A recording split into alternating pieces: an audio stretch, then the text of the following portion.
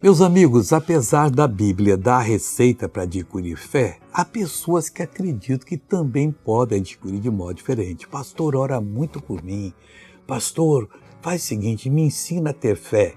Olha, a fé vem pelo ouvir a palavra de Deus. Onde está escrito isso? Romanos 10:17 diz assim: de sorte que a fé é pelo ouvir, e o ouvir pela palavra de Deus. São 2 degraus. Quando você entende a palavra, você ouve a Deus, de sorte que a fé é pelo ouvir, e o ouvir pela palavra de Deus. A palavra de Deus lhe ensina a ouvir Deus, ele fala o seu coração, você entende, aí você toma posse da bênção e a bênção acontece o quê? Você passa a ter uma certeza de que aquela palavra é sua. Mas Deus falou comigo, então é isso mesmo, você vai crer nela, vai reivindicá-la, vai assumi-la, ali está a sua sorte, em nome de quem? De nosso Senhor e Salvador Jesus Cristo.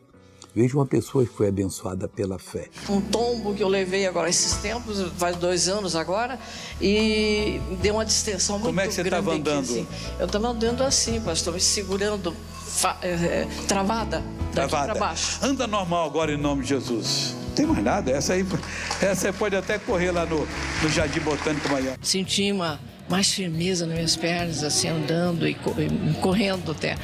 Faz muito tempo que eu não corria. Agora, pela fé, você vai ser abençoado. Oremos. Pai, em nome de Jesus, eu uno a minha fé com a fé dessa pessoa, eu paraliso toda a obra do inimigo na vida dela, eu proíbo que continue e eu mando o mal saia em nome de Jesus. E você levanta as mãos e diga, obrigado, Senhor, e amém.